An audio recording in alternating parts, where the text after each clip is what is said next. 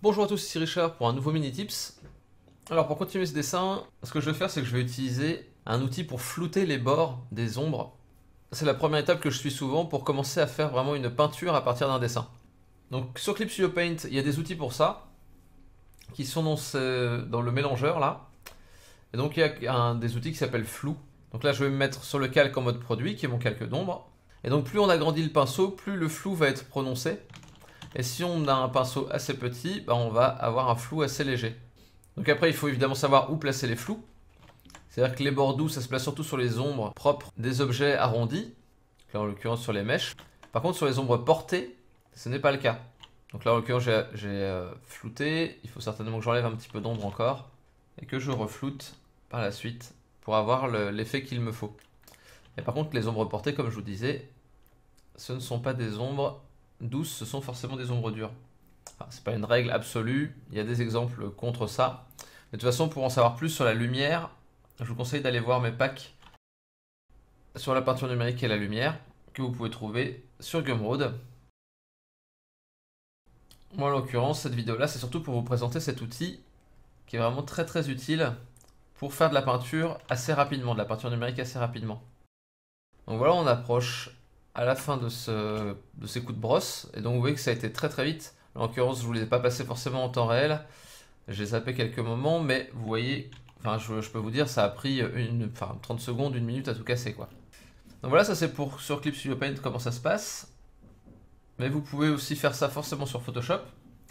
Et donc sur Photoshop, une des bonnes façons de faire une diffusion qui fonctionne assez bien, c'est d'utiliser l'outil doigt que vous avez là, qui sert normalement à étaler. Globalement, je vais vous montrer ce que ça donne quand on l'utilise avec un autre type de brosse.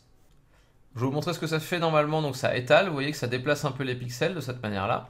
Mais c'est pas ça qu'on veut faire, nous ce qu'on veut faire c'est l'effet qu'il y avait sur Clip Studio Paint, c'est-à-dire étaler et flouter un peu les bords. Et donc pour ça, on va prendre la brosse de base et on va changer les paramètres. On va garder le transfert, donc pour la pression de la plume sur l'intensité. Et après on va utiliser la diffusion. La diffusion, ce que ça va faire, c'est que ça va étaler un petit peu les coups de pinceau. Et ça va faire plein de petits coups de pinceau un peu partout. Et du coup, ça va étaler un peu les pixels à droite à gauche. Donc je vous conseille de changer le nombre pour le mettre à 4, de mettre la diffusion à 200% et sur les deux axes. Et comme ça, là, vous allez obtenir un bon effet de diffusion, comme vous pouvez voir ici. Et ça fait qu'on va pouvoir peindre des choses relativement rapidement. Par exemple, vous commencez à poser un visage, une zone pour les yeux avec de l'ombre, des choses comme ça. Hop, l'ombre du nez, du menton, et après, hop, vous passez avec votre effet pour flouter, et comme ça, vous pouvez peindre très rapidement des bases pour des personnages ou pour même n'importe quoi. C'est quelque chose de très efficace, de très rapide à prendre en main. Hop, je peux lui mettre un trou dans le front assez rapidement en mettant juste une masse et puis en floutant. Et globalement, ouais, c'est un outil qui va permettre de peindre très vite. Donc je vous conseille de mettre ça dans votre boîte à outils très rapidement et de vous en servir le plus vite possible si vous ne connaissez pas encore l'outil. Donc voilà, j'espère que cette vidéo vous aura été utile. On va se retrouver le week-end prochain pour la prochaine vidéo mini tips, et sinon on se retrouve mardi pour la prochaine vidéo du mardi. Passez une bonne semaine, dessinez bien et à bientôt. Ciao ciao.